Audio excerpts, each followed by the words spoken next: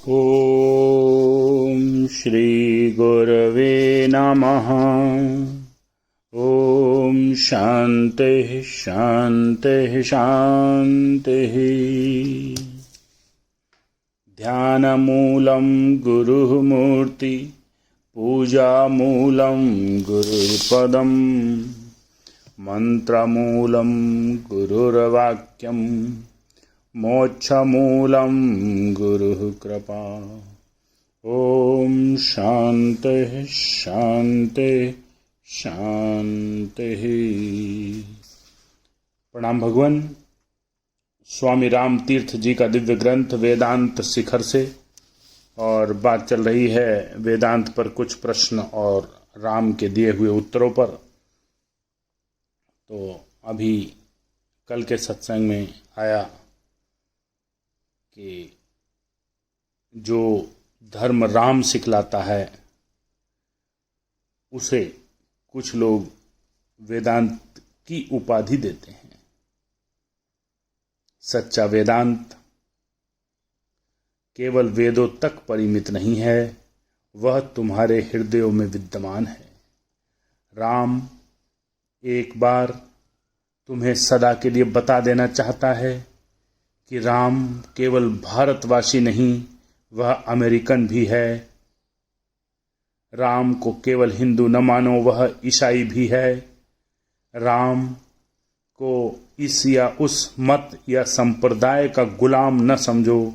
राम आपका अपना आपा है, स्वयं स्वाधीनता है। अब आगे एक दूसरे मनुष्य ने कहा, अच्छा, यदि आप परमेश्वर हैं, यदि आप ईसा के समान हैं, तो ईसा के बड़े बड़े अद्भुत कार्य किए थे, आप भी कोई अलौकिक कार्य करो, तब हम तुम पर विश्वास करेंगे। राम कहता है, भाई, ईसा ने अलौकिक कार्य किए थे, फिर भी उस पर विश्वास नहीं किया गया था, उसे उत्पीड़ित किया गया था, उसे सूली दी गई थी। क्या अलौकिक कार्य तुम्हें विश्वास दिला सकते हैं? कदापि नहीं। और अलौकिक कार्य करने का क्या अर्थ है? यह सब है क्या? यदि संसार के सारे चमत्कार यह शरीर कर दिखावे, तो उससे मेरे परमेश्वरत्व और ब्रह्मत्व में रंच मात्र भी वृद्धि न होगी। मैं यह देह नहीं हूं, मैं तुम्हारी अपनी आत्मा भी हूं। यदि यह एक देह अद्भुत कार्य करती है तो क्या हुआ? दूसरी देह अद्भुत काम नहीं करती, किंतु मैं वह भी हूं। यदि एक यह देह तो अद्भुत कार्य संपन्न करेगी, तो तुम इस देह को परमेश्वर मान लोगे, जो एक महान अनर्थ की बात होगी। ऐसा तुम्हें कदापि नहीं करना चाहिए। राम चाहता है कि तुम अपने निज आत्मा को ही परमेश्वर समझो। बहुत बढ़िया लाइन है। राम चाहता है कि तुम अपने निज आत्मा को ही परमेश्वर समझो, केवल इस देह को परमेश्वर मत बनाओ। अद्भुत कार्यों के द्वारा और अपने विशेष व्यक्तित्व की धाक जमाकर राम तुम्हारी स्वाधीनता हरण नहीं करना चाहता। बहुत बढ़िया लाइन। अपने विशेष व्यक्तित्व की धाक जमाकर राम तुम्हारी स्वतंत्रता का हरण नहीं करना चाहता। तुम्हें गुलाम बनाना, तुम्हारी स्वतंत्रता छीनना राम का काम नहीं, जैसा कि पूर्ववर्ती पैगंबर करते आए हैं। मैं तो तुम्हारी आत्मा हूं। तुम चाहते हो कि यह देह कोई अलौकिक कार्य करे, किंतु यह देह मैं नहीं हूं।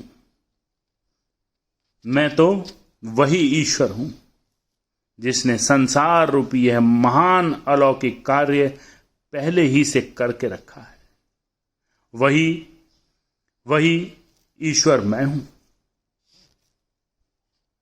यह विशाल विश्व मेरा अलौकिक कार्य है, मैं वही हूं। यह संपूर्ण विश्व जिसकी कारीगरी है, भारतवर्ष में यह शरीर जिस घर में रहता था उसमें एक लड़का भी चाकरी करता था। हर घड़ी राम के संसर्ग में रहने के कारण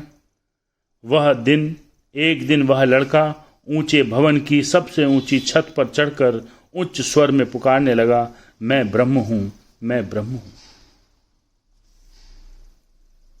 जिस मकान की चोटी से वह चीख रहा था उसके अगल बगल के मकानों में जो लोग रहते थे उन्होंने उससे कहा, यह क्या बक रहे हो, यह क्या कर रहे हो? क्या तुम कहते हो कि तुम ब्रह्म हो? यदि तुम ब्रह्म हो तो छत से फांद पड़ो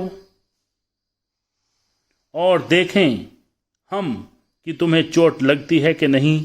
यदि तुमको चोट न लगेगी तो हम तुम्हें ईश्वर मान लेंगे।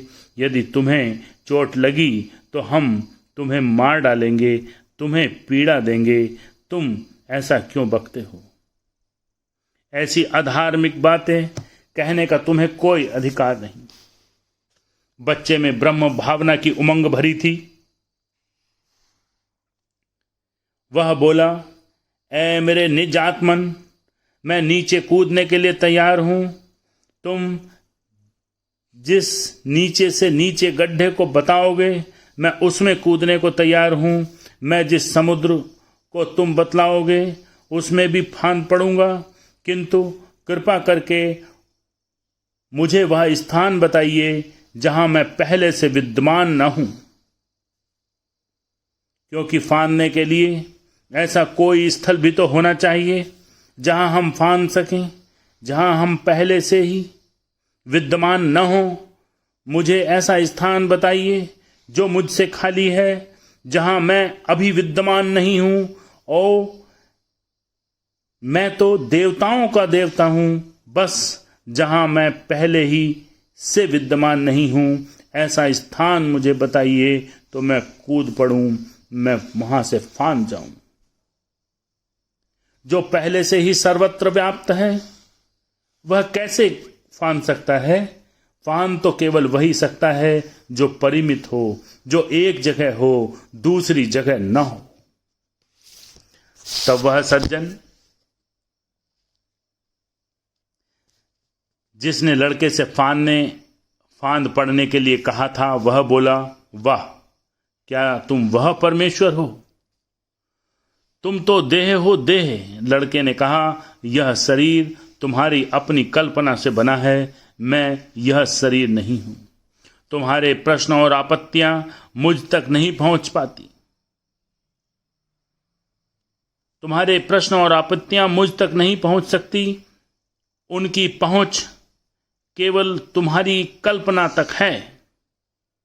इस तरह वह कैसे कूद फांद सकता है अथवा कैसे ऐसे काम कर सकता है जो पहले से सर्वत्र व्यापक है? एक भी ऐसा स्थल नहीं है जहां वह पहले से ही विद्यमान न हो। मैं तो वही हूं। यदि मैं केवल इस शरीर में मौजूद हूं, उस शरीर में न हूं, तो अवश्य मुझे यह देह द्वारा ऐसे अद्भुत कार्य करने चाहिए ताकि मैं संसार में अपनी परमेश्वरता को सिद्ध कर सकूं।